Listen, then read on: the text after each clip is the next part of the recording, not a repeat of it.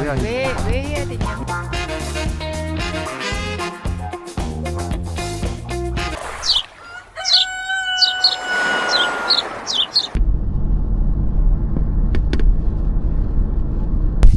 안녕하십니까.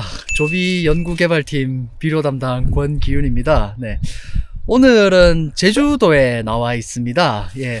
이제 내륙 쪽에서 이제 비료나 토양 관련해서 영상은 많이 찍었고, 이제 올해는 제주도 쪽에도 좀 나올 기회가 생겨가지고요. 이렇게 제주도 쪽 그 농민분들께도 전달해 드릴 만한 내용이 있지 않을까 싶어서 이렇게 제주도 특집으로 한번 영상을 준비하고 있습니다. 제주도의 좀 토양 특징에 대해서 한번 집중적으로 설명을 드려볼까 합니다. 제주도에 오늘 이제 말씀드릴 내용을 짧게 정리를 하자면, 첫째, 제주도 흙은 유기물이 많습니다. 유기물이 많아가지고 매년 이제 퇴비라든가 그런 유기물이 들어있는 비료를 주는 것은 이제 좀 조심할 필요가 있다. 하지 말라는 게 아닙니다. 조심할 필요가 있다는 것입니다. 그리고 석회 비료를 좀 꾸준하게 주시는 것은 추천을 드린다.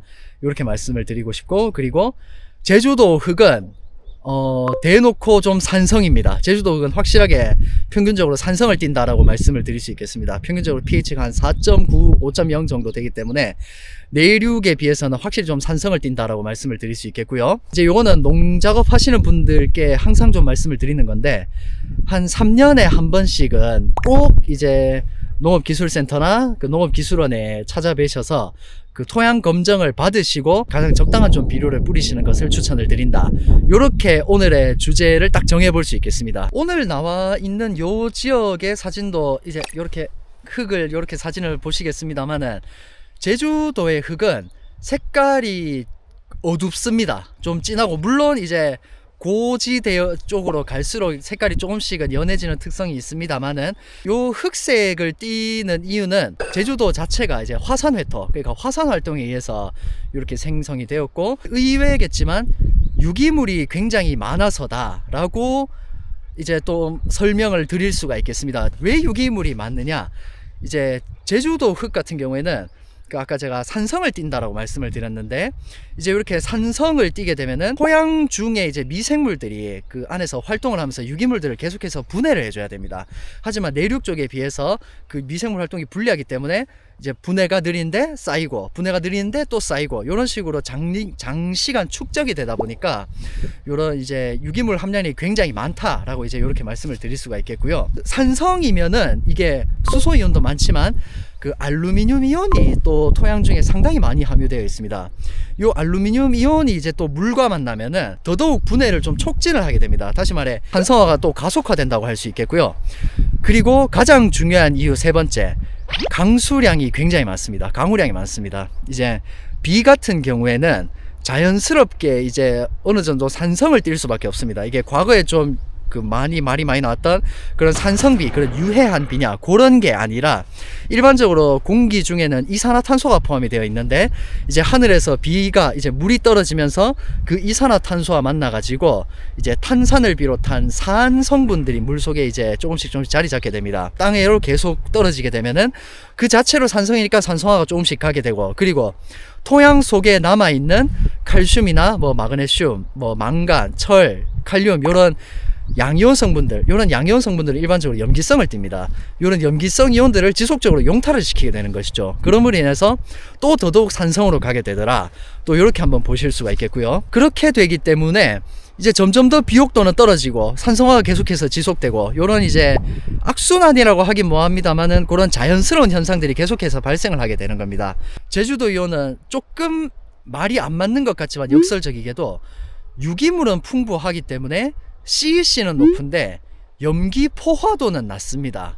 이 염기 포화도라는 거는 이제 농업을 할 때 굉장히 중요한 건데, 여러분들 CEC라는 개념이 있습니다. CEC, 요거 CEC는 요겁니다. 네. 요 CEC가 높을수록 이제 토양에서 뭐 보비력이라든가 그런 영양분을 잡아두는 능력이 더 크다. 다시 말해 양이온 성분을 잡아두는 영향이 크다.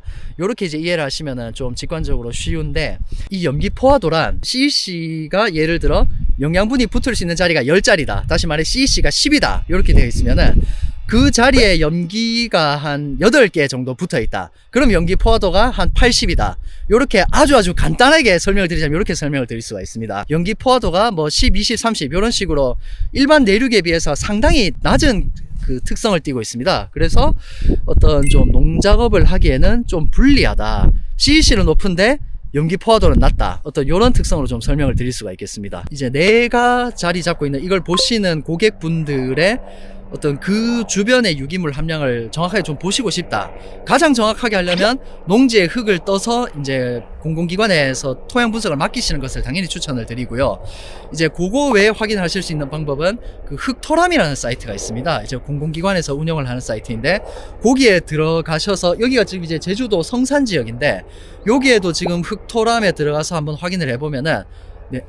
요렇게 하나 영상 그 사진 찍어 보내드릴게요. 여기도 지금 성산 지역에 모두가 조사되어 있는 것은 아닙니다만은 여기 지금 보시면은 그 유기물이 한 50 이상, 지금 색깔이 상당히 진하게 표시되어 있는 것을 보실 수 있습니다. 성산뿐만 아니라 다른 제주도 지역을 이렇게 보실 수 있습니다. 예, 그래서 요 흙토람이라는 사이트를 이제 좀 추천을 드리고요. 제가 방금 유기물이 이제 많다고 말씀을 드렸는데 유기물이 많으면 토양 pH를 교정하는 데에 좀 석회 비료가 많이 필요합니다. 다시 말씀드려서 유기물 함량이 높을수록 석회 비료 사용량이 높아져야 됩니다. 그렇기 때문에 이제 석회 비료를 좀 꾸준하게 사용을 하시되 본인의 필지에 유기물이 얼마가 들어있는지를 좀 정확하게 확인을 해 보시고 이제 석회 비료의 사용량을 결정을 하시는 것을 좀 추천을 드리고 싶습니다. 사용을 해야 되는 석회 비료의 종류는 어떤 걸 쓰셔도 사실 관계는 없습니다. 주변에서 구하기 쉬운 거, 구하기 쉽고 좀 쓰기 편한 거 사 쓰셔도 됩니다. 뭐 소석회가 있을 수도 있고요, 뭐 생석회가 있을 수도 있고요, 뭐 석회 고토도 있을 수도 있고요. 요런 이제 다양한 거를 이제 그 쓰기 쉬운 거를 쓰시면 되겠습니다만 한 가지 황산석회, 뭐 유황석회 요거는 조금 추천 우선순위가 떨어집니다. 왜냐하면 요 유황석회, 황산석회 요런 것들은 그 토양 교정 능력은 다른 거에 비해서 조금 떨어집니다. 그래서 토양 교정을 위해서 내가 석회를 사용을 한다. 그렇다면은 요 황산석회나 그 유황석회 요거는 좀 피하셔서 사용을 하시는 것을 이제 좀 추천을 드리고 싶습니다.